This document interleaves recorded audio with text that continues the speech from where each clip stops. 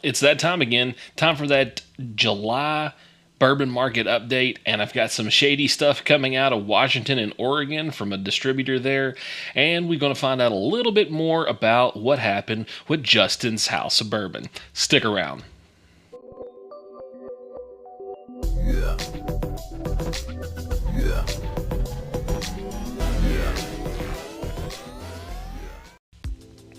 Welcome back to That Bourbon Dude. My name is Charles. Today we are getting into the thick of it. Matter of fact, we're going to talk about some extremely controversial stuff. I'm going to piss some people off, kind of on purpose because it needs to be done. Because to be honest, facts don't care about your feelings, and to be honest, neither do I. Okay, so let's get this going. I've got a lot of stuff to cover. There's so much stuff that's been happening, and I apologize that it's taken a while to get this video out. I'm going to start this off by pouring up some of this wonderful Green River Foolproof. If you guys have not got that, get it, drink it. It is freaking delicious. Oh, yeah. Okay, so let me tell you what I'm covering, and it's kind of crazy. So we got some stuff coming out of Washington, Oregon with Columbia Distributing. That's the distributor for the Pacific Northwest. We got stuff from Justin's House of Bourbon. I've got Bourbon Market Update. I have got the charges that was brought against Justin's House of Bourbon. And then I've got something important. I've got a bunch of papers here. I have printed off and typed and researched for you guys so I can make sure I can get you guys the best information. So, before we do this, if you're liking this content, smash that like, hit the subscribe, bell notification. You do not want to miss videos like this. I love doing videos like this because I'm a research rat. I love looking up information. Okay, next. Again, got something going on in Louisville the first week of August. If you want to be part of it, there is a subscriber meetup. If you want to know how to be there at the right time, at the right place, then you need to jump over onto my private Facebook group. That is That Bourbon Dude. Okay. Ask to join, send a request, I get you approved, you'll be in there. We do all kinds of stuff. If you weren't in there this morning, then you missed out on the Old Forester 117 drop that happened. I was in front of it, got you guys some information, but if you weren't there, you didn't know, you missed out. Okay, next is important.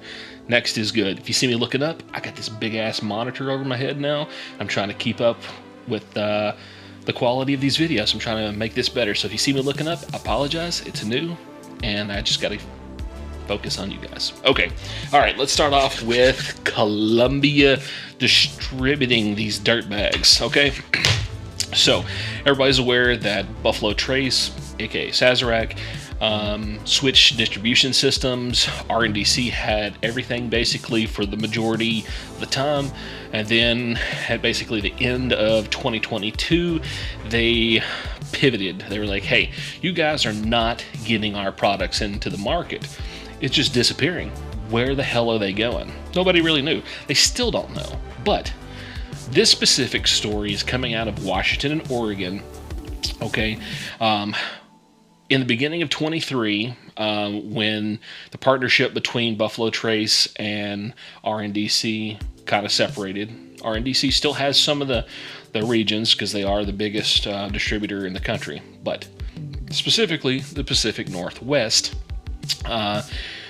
Columbia Distributing has taken over, and in all of 2023, things looked amazing over there. Okay, right before the transition, RNDC dropped a ton of stuff, flooded the market. They dropped stuff like E.H. Taylor Warehouse C. That's interesting because it hasn't been on the market in a while, so why were you holding on to stuff? And by the fact that they have just let all this stuff go that was sitting in the warehouse, we knew automatically that they've been sitting on products, holding stuff back. But where was it going? Do we really know? I don't know, but if you look around the secondary market, you typically can find people who work at RNDC are in flipper groups and the secondary market. So were they buying stuff? I don't know. I cannot confirm that that is what was happening. But it is very interesting that employees of these distribution networks were in these groups. Okay, take it for what it is. I don't know. I'm not accusing them of this. Maybe they bought it at a store. Maybe they didn't. I don't know. But what I am saying is there's stuff that's weird about it. Okay, let's leave it at that. All right, so let's roll into Columbia Distributing and what was going on there. So throughout 2023, they did an amazing job. It was coming into their warehouse from Buffalo Trace, poof, out on the market. There was stuff everywhere. There was a slight reduction in Weller products available, but it was compensated by there was more E.H. Taylor products hitting the market. There was more Stags hitting the market. There was other things that filled that void. So that reduction wasn't a big deal. Nobody was mad about it, okay? Now, here's the part that starts getting weird. At the end of 2023, they kind of started implementing a new system, okay? A new system in which that they send out their allocated products. But magically, there's no allocated products making it on the shelf. There's 4 to 5 times less products now on the shelf from Buffalo Trace than there were when RNDC was taken over. So that makes me wonder what the heck's going on. So let me say this. Money is always at the forefront of all of these situations. There's always an angle for people to be making more money. These distributors are looking for a way to press companies or stores into buying products. They say, hey, you buy 10 cases of Wheatley vodka, then we'll get you a couple cases of Buffalo Trace, maybe a case of Blanton's, this and that. Who the hell needs that much Wheatley vodka? Yeah, eventually it's gonna sell. Wheatley vodka is not bad, but it's just not that popular. It's like not the most amazing thing in the world. And for $20, you could probably get some better vodka than that. But that's what's happening. You do this for me, I do that for you. A little buddy system. But the problem that remains is that it only benefits high volume stores, okay? Joe Schmo's mom and pop store might not do 10 cases of Wheatley vodka in a year. So they're stuck on this. And then they have to raise their prices to kind of like make the money back. And that's forcing stores to do things that they probably honestly don't want to do because they're sitting on products that's costing them money. Then they have to do this and that to get some of that stuff. And it's just not good, okay? So they've implemented a new system. Well, me being me, I have reached out to them and I was able to speak to an employee of them, and they have told me that they're not going to tell me a damn thing. As a matter of fact, they hung up on me when I started asking questions. That's okay. That's okay. You can hang up on me, but I'm going to call back. And I did. And I finally spoke with someone that told me that their new system is working out the kinks and they're trying to get a good way of distributing the allocated products fairly across the region. But what we are seeing is a massive influx of products hitting the secondary market coming from those two specific states, from Washington and Oregon. So the products are still making it into the market, they're just not making it into the hands of the consumer that is purchasing it from the store. So that's happening. So there's some shady stuff going on there. I don't know exactly how it is getting moved out of distribution into the hands of people that are flipping, but it is happening.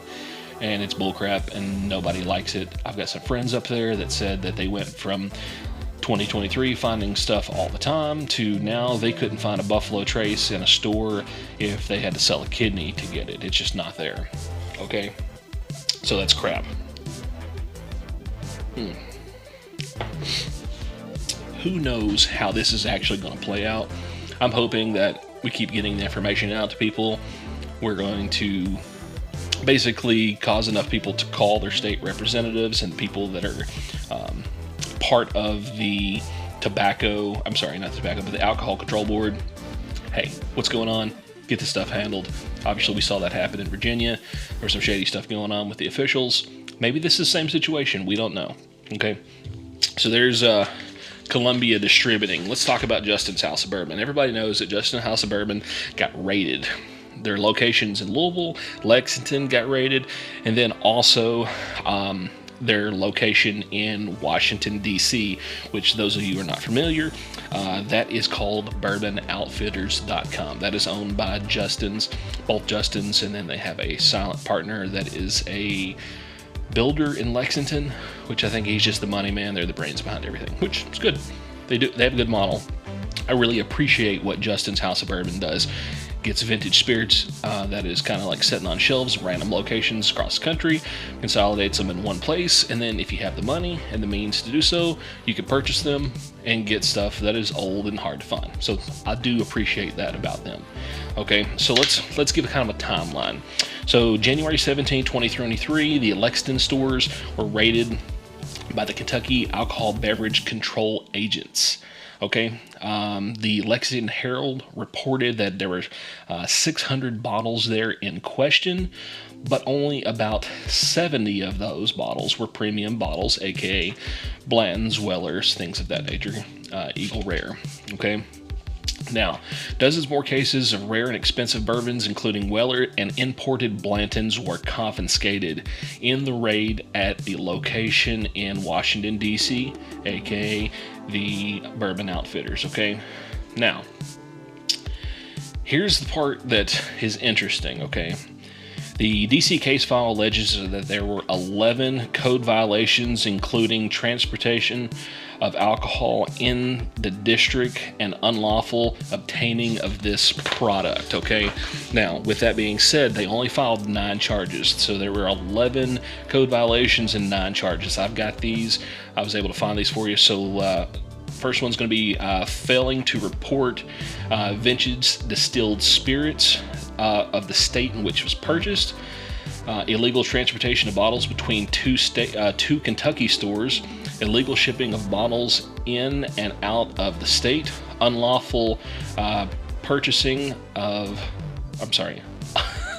unlawful bought and sold alcoholic beverages, and failed to place a sticker on vintage distilled spirits purchased on bottles to indicate that they were purchased from the secondary market. So I guess that's a thing. If you know more about the vintage spirits laws, please help me out in the comments below. I know precisely zero about it. This is just what I was able to get from news articles, from scouring the internet. So if you know more about it, please help me, help the people in this video comment section, help us out. We need to know more about it. I would appreciate anything you guys can offer. I know nothing about it. I'm just trying to report you guys what I can find. Okay, now fast track a little bit. Took like 18 months to resolve the situation with them. The state had confiscated a lot of their products, and they have admitted that these bottles came in contact with rainwater and mildew, damaging a lot of the products that they confiscated. Okay, now I am going to drop you up a picture of some of the bottles and how they were transported. And from my understanding, during the transportation process, it was raining on these products, so labels, boxes, everything got wet. You should be able to see that right there.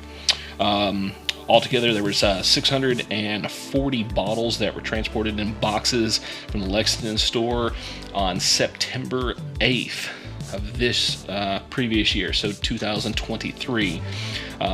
Now, what's happening here is they're actually moving these products back to Justin's for safe storage while this is all unfolding, okay, because of the facility in which they were holding them in was leaking water and ruining the products. Okay, so with that being said, there was photographs. I'm going to drop some photos here for you guys that I was able to get.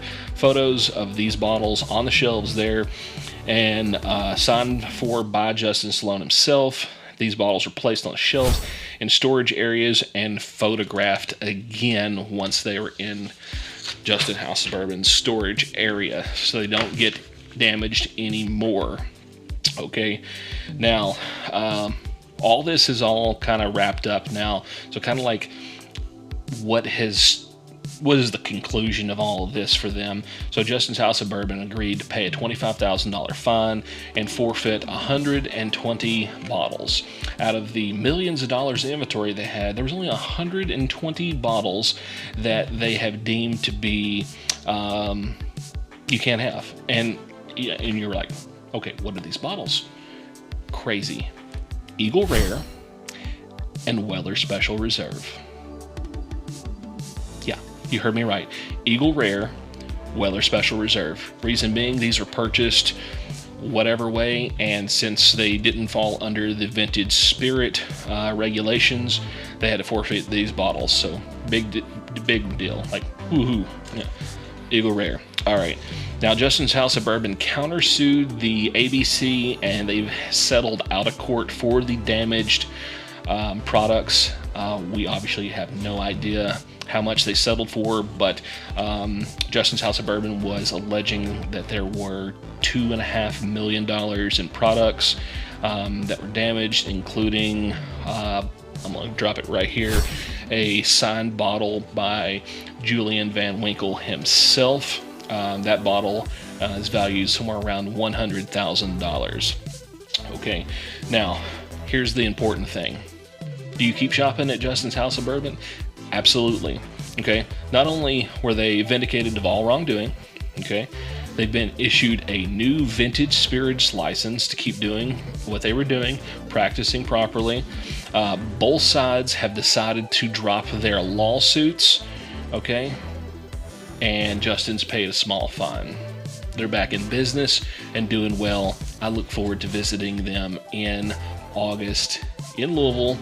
Going to be spectacular time, so you guys are going to be up there. Make sure that you're there for the meet and greet, not at Justin's House of Bourbon, but somewhere else. Okay, now guys, look at that. Beautiful glasses from Green River. If you haven't been up there, get you some Green River glasses. Okay, now this is the part that is going to make people a little angry. Okay, a little angry. And it's understandable because people are a little sensitive these days. Okay, question is, what is the bourbon market?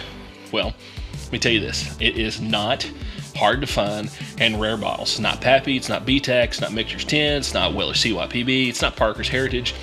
None of that shit means nothing. Nothing. Okay? The real bourbon market is stuff like, and I have a list right here. This is a list of the top 10 selling products of 2023. Starting off, number 10, Four Roses Small Batch, Rittenhouse Rye. Number 8, Jack Daniel's Old Number 10. Number 7, Jim Beam White Label. Number 6, we got Wild Turkey 101. Number 5, the Benchmark Lineup. That includes all those bottles. Next is going to be the regular standard Woodford Reserve. Next is going to be the Michter's Lineup. So that means they're small batch, rye, all that. Number 2, going to be Bullet Bourbon. And number 1, Maker's Mark 80 freaking proof. Right? Wow. What do you mean? There's no Pappy Van Winkles, there's no George T. Staggs, no William LaRue Wellers on there? How can that be? We are the bourbon market. No, you're not. You're not. You are not the bourbon market. People like me and you that drink higher end spirits, consider ourselves kind of bourbon snobs, okay? Bourbon nerds, whatever you want to call us. We are not the bourbon market. We represent about 5% of the total market, 5% of the gross sales of these billion-dollar industry. We are not the people that they give a crap about. We were the ones that they market these special release bottles to so we can fight over them back and forth. And I got this bottle and you got that bottle. We're going to bourbon bottle shame you. No, I mean, we're not the ones they care about. They care about Joe Schmo showing up on Friday after he got his paycheck, been working real hard at the construction site, and he's going to buy some Jim Beam White Label. He's going to go home and smash that handle this weekend. He's going to grill out with his kids and going to do a little fishing.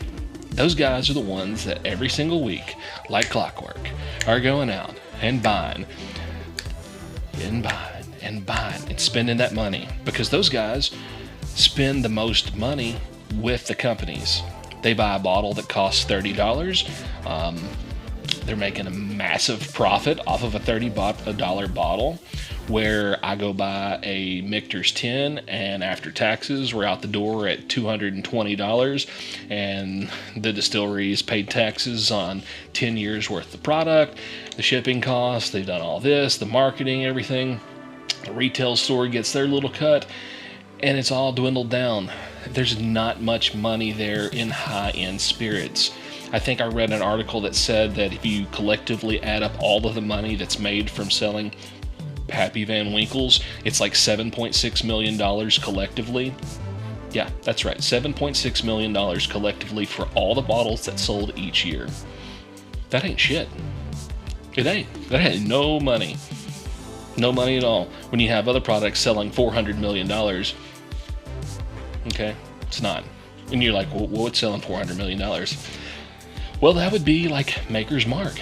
Maker's Mark 80 proofer. Or 90 proof. Whatever it is. Okay. All right. So I know all this is kind of like hard to digest, because we, as people that are consuming whiskey content on TV or on your phone, whatever, we like, hey, you know, we are the people, but we're not, guys. We are the minority. We just have to get that through our heads, okay? The only way that we are ever going to transition into the majority is if all the products shift to that way. It's not going to happen, because the majority of people are not spending all this crazy money on bottles like we are. You know, we have all the disposable income that we're spending on all this stuff, and your average guy is spending, you know, less than $50 a week, roughly $200 a month, $2,400 a year on it, and you multiply that by the roughly, what we got, like 300 million people in the US, 360 million, I'd say, what, maybe 200 million of them are doing it. So 200 million times 2,400, you do the math. Never do math on camera. That's bad. Don't do math on camera. Okay. All right. Now, the last part is our bourbon market actual update. What is going on? Well, ladies and gentlemen, prices are freaking falling. Okay. Falling across the board for a couple reasons. One, let's go ahead and dive into this. Us following articles from 2022 and 2023, tequila and vodka is now representing 52% of the market in 2022 and roughly 63.8% of the market in 2023. And we're expecting to see somewhere close to that 70% market percentage for them in 2024 and throughout. So we are seeing a massive shift from brown water to the clear waters, and I think it has to do with the fact that you can get vodka online quick. Tequila, what is it, like in a barrel for 90 days? Sometimes 18 months. I've seen some that's been aged in ex-bourbon barrels for a year. So under 2 years, they're getting all this product on the market. Bourbon, 4+ years. You know, some of it's obviously going to be, you know, young, 2 years, 3 years, whatever. Okay. Now, with all that being said, what are we seeing at the stores? Well, at the stores, I am seeing stores that have like point systems go the way of the past. Point systems are disappearing. If it's on the shelf, they're wanting to sell it. They don't give a crap if you've spent a bunch of money in the store throughout the year or not. They want to move the product because they're starting to hurt for money. Okay, and I'm going to go ahead and drop this picture right here. See that? That's a crazy price. You see that? That is unfreaking believable. Can you believe how expensive that is? Yeah, that is $17.92 bottled in bond at $99 cash or $102.99 charge. Unbelievable. unbelievable. And this store, at the beginning of 2022, was probably one of my favorite stores to shop. They had great prices, great selection.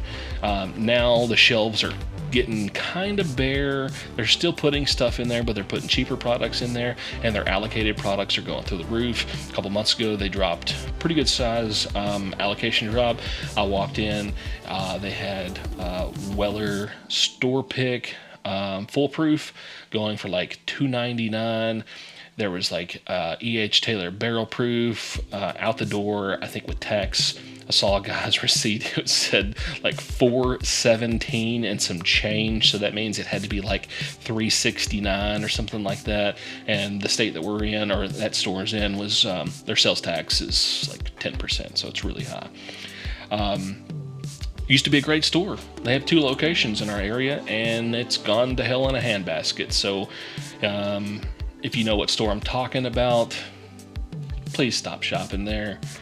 Put them out of business if we have to, because they're trying to take advantage of a bad situation, and they're chasing profit, and you can't chase profit. If you really wanted to make profit, you'd be lowering your price and trying to do volume instead of high-priced individual bottles. Anybody who has ever been in sales know that majority of your profit will be made in high volume and not high-priced products. All right, folks, that is today's Bourbon Market Update. I hope you enjoyed this. If you're not a subscriber, please hit that like, hit the subscribe, the notification bell. You don't want to miss videos like this. And again, jump over on Facebook, get on my That Bourbon Dude private Facebook group. I'm not posting on the public page.